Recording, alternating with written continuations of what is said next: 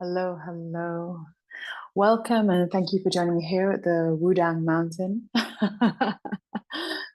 Oh gosh, I remember sharing these photos of this particular mountain. I think I captioned it, if you make a wish at Wudang, your wishes come true. Um, there was a sign when we got to the mountain that literally said that, and I was like, that's so beautiful. And I can see why, it's the house of the golden, it's the home of the golden temple. It's above everything. And this video is just to share a little bit because I'm so kindly being asked by so many how my trip to China was. Everyone's very keen to hear about it. And so I will share what I've managed to unpack so far, because it was going on a trip like that to a country in a continent I've never really been to, doing some incredibly intense training, and knowing that I was going to visit some incredibly sacred sites, and knowing that with the cosmic energies as well, it was likely to be incredibly karmic and have a series of really beautiful initiations. It definitely did not fail to disappoint. I've come back loving China, and I look forward to returning. I will start my video in that way. For many of you who were following my channel and videos beforehand, I train Kung Fu currently only once a week. I don't particularly train a lot. There's not that many classes nearby. There's only one class a week anyway, near where I live, unless I drive an hour out of town. So I train kickboxing with one club, and I train Kung Fu weapons and Sanda with a traditional Kung Fu club. And I decided to go on a trip with them over this Lions Gateway to do some Shaolin training in Henan, which is the province where Shaolin originates, where the original Shaolin temple is. And so we had a week of training. Now, just to kind of paint a bit of a picture, Kung Fu means hard work over a long period of time. And so there are lots of different branches to what you would normally learn if you're going on a Kung Fu trip. So normally you would learn Kung Fu, flexibility, acrobatics, weapons, Qigong, but perhaps Tai Chi, meditation, things like that. Our week of training was very focused upon Kung Fu, which means it was a lot of fitness, a lot of strength, a lot of running, a lot of conditioning, and we all learn a new form. And we were there for a week training, but the training is, you are up at 5:30. Your training starts at 6, which is a little bit later than what it was originally planned for. And they train absolutely everywhere. Like when you were in Dangfang in Henan,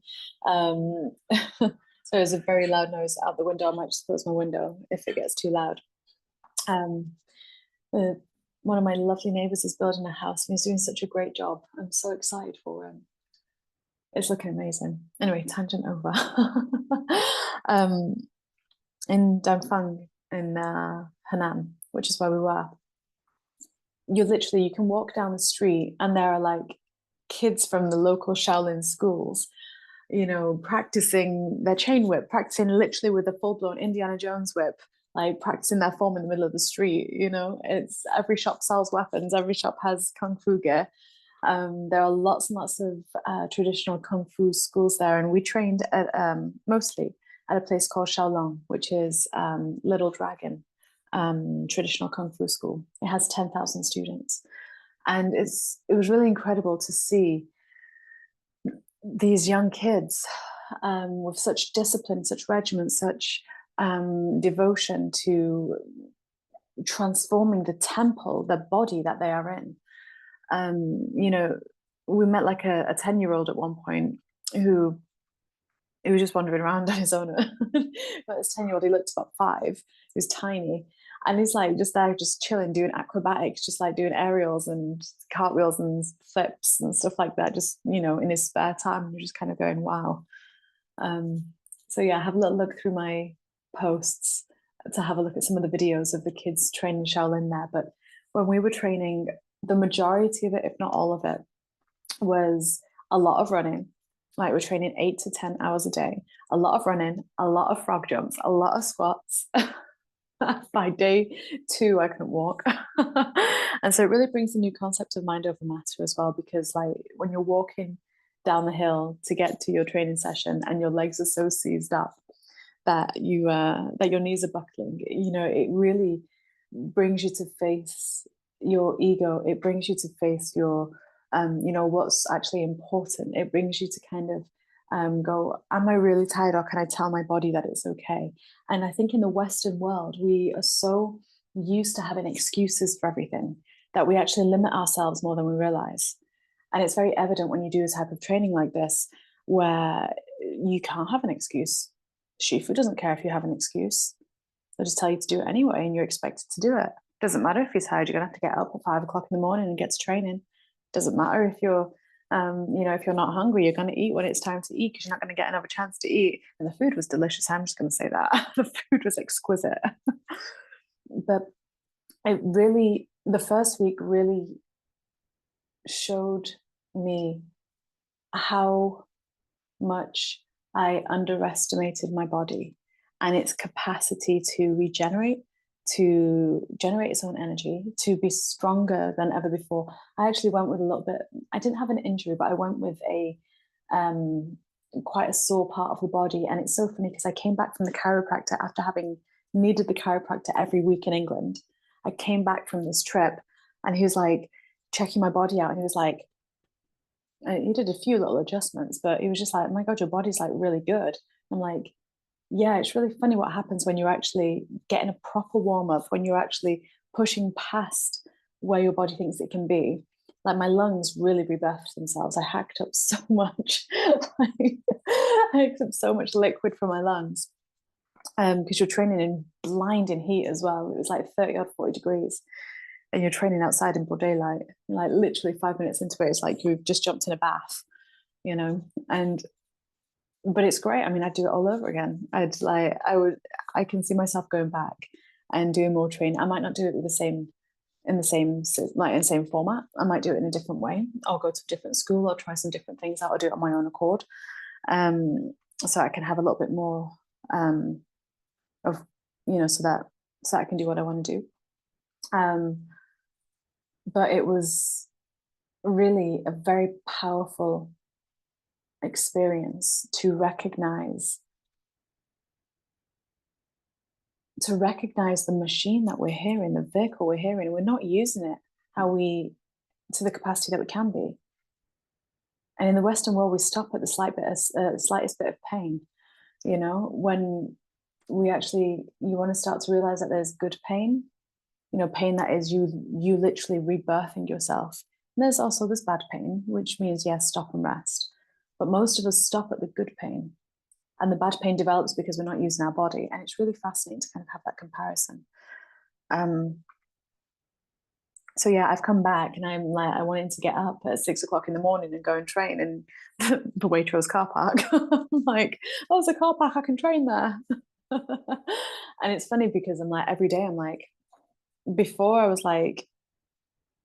lot of us, we kind of think, oh, you shouldn't train every day, you need a rest day. And then you realize, actually, all the exercise that I've ever done in my life is nothing in comparison to one session of Shaolin training. And in a day, you're going to do, 8 hours of that rather than just one session. You're doing 6.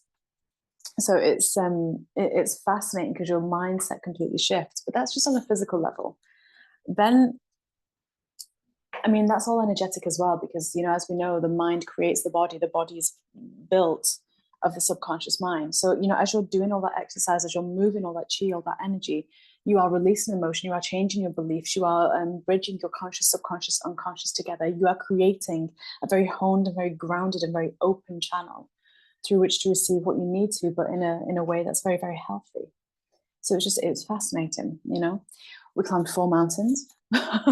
Some of us joke a little bit about that. We're done with mountains now, don't need to see another one. This one was the only one we got to cable car up because it was so high. It'd take us a few days to climb it. So we cable carred up most of it and then had to climb half an hour or so on top of that.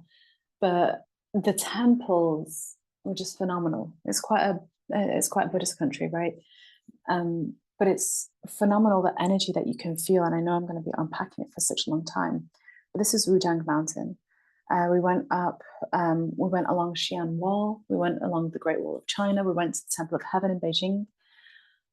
That I could really feel in my crown chakra and my Earth Star chakra. That was activating beyond belief.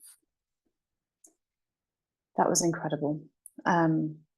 They say the Temple of Heaven is where the emperor would pray and speak and commune with God. And, you know, we have that same story. And a lot of the stories that were coming up for ancient China when we visited some of the places like the Terracotta Warriors and hearing a little bit more about the Ming Dynasty or the Qing Dynasty or any of that, you start to realize that it's all the same story, just in different language. And that was really cool because it's like I could see the similarities between Atlantis. I can see the similarities between ancient Egypt and, you know, Lemuria. And, you know, it's fascinating because it's all one and the same, just with different star systems and different expressions, you know. I found, especially when you're not in like the capital city, because like Beijing is the capital and then you have Xi'an, which is the old capital. So when you're not in those places and you're in, you know, just the other provinces. We went to Liuyang, I think it's called, Henan, of course, Zhengzhou, beautiful. I love Zhengzhou, where some of our friends live, which is quite close to Henan, or quite close to, I should say, Dongfang, which is where the training school was. But in Zhengzhou, I was just blown away. I mean, firstly, there's so many dragonflies throughout the whole of China. It's just so magical. Zhengzhou, you're driving down the street, people are just everywhere. Like, you know, people are very careful how they drive because they have to be. Everyone's there in their little putt-putts. But what the most funny thing is that, just incredible, is that everyone is so resourceful. So there's not a spare patch of grass anywhere in Zhengzhou, because everyone's planted stuff. They've got allotments growing. They've got vegetables and fruits and Chinese medicine, you know, herbs growing. Like, it is incredibly resourceful. The price point is just a different world as well. You know, you come with Western money and you're going to be quite rich there. It's really strange to comprehend. You know, you can get a full meal for 3 people, a full lunch for 3 people for us total to about £8 in UK money, and that was expensive according to the person that I was with. So it's fascinating, but the food was just phenomenal. The flavor's delicious. My digestive system was really happy there, which is not always here in the UK, you know. So it's fascinating, really, and the heat was just phenomenal. The health and the fitness of everyone there as well. You know, you go out in the evening, you go to the local park, and everyone's there, you know, like from every age. Everyone's there from every age,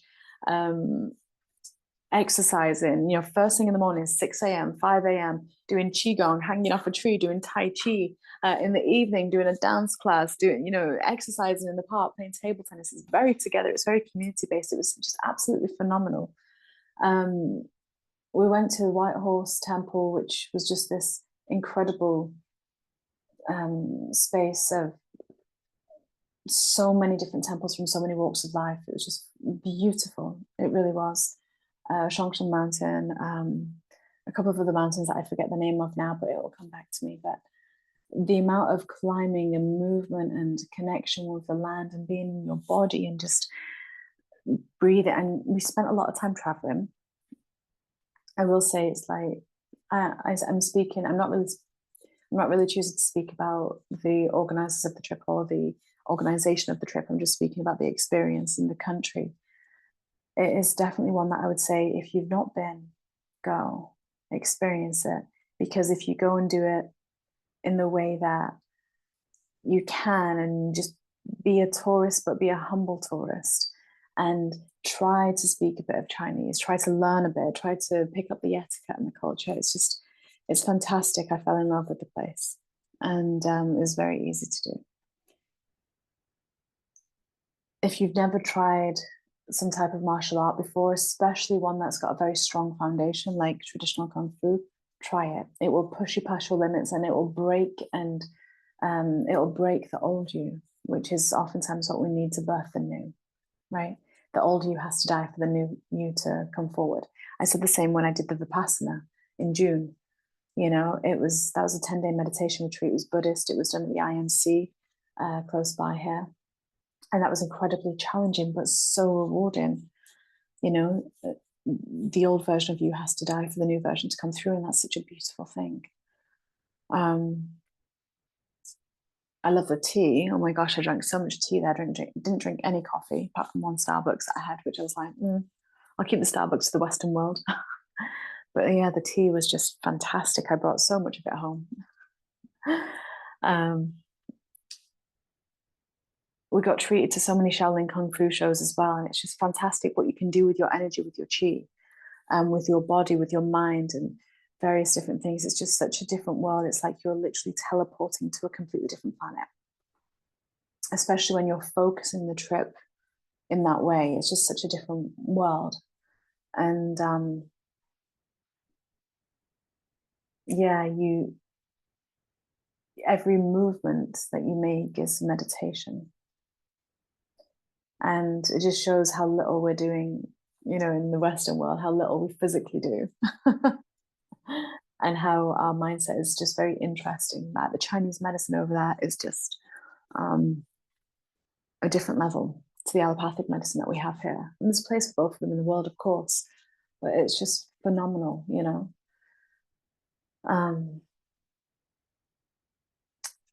I was challenged on all levels when I was there in incredibly intense ways, physically, of course, mentally, emotionally, interpersonally.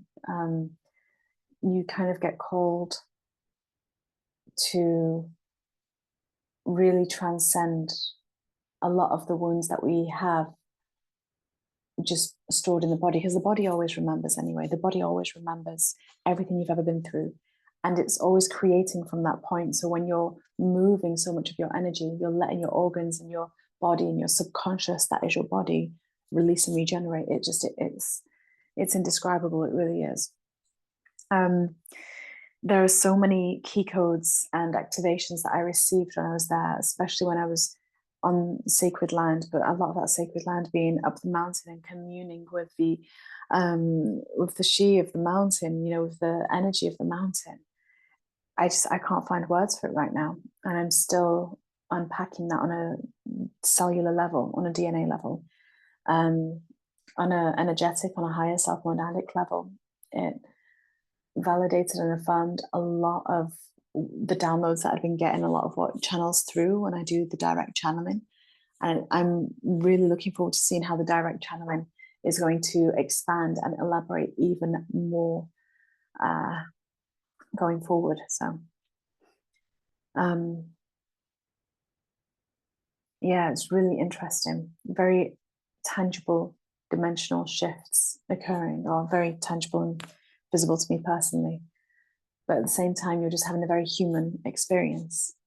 You know, they weren't words I would have used whilst I was there, because I was so in my body, so in my human, which is the idea of why we're here.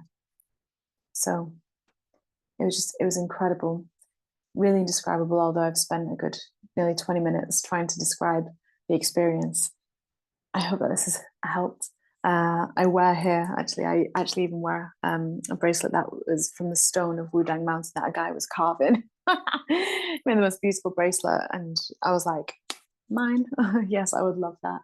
I love how it's a rose as well. He didn't have any other roses there, so I knew it was for me. But yeah, I came back with a very full soul and a lot of expansion, and I really look forward to sharing more and more with you all as it unpacks itself. So I send you all so much love. Thank you for listening, and thank you for everyone that's been asking. We saw a lot of sights. A lot of times it was just literally very whistle stop because of what was trying to be squoze in to the trip and the travel associated with it. But sometimes you don't need to spend too long in a place to receive what you need to receive. But I know I'll go back and I'll visit everywhere I've already visited and spend a day at each place. And I know I'll do that at some point in the future. But for now, I share with you so much love, and I thank you all. And I look forward to seeing you in some of the upcoming workshops, in private appointments if you've booked them. And I cannot wait to show you some of the crystals that have come back from China with me. Oh my God, they are fantastic. Some really powerful high priest emperor skull carvings, some really phenomenal dragon carvings, and one ineffably powerful rose quartz full dragon that's attuned. I attuned it to Kuan Yin whilst I was there, and wait till you see that one. Luminal. I don't know if I'll be able to let that one go, but we'll see. It's just attuning right now, but I'll do another video in a week or so with the crystals. Anyway, I'll see you all later, and thanks for listening. Lots of love.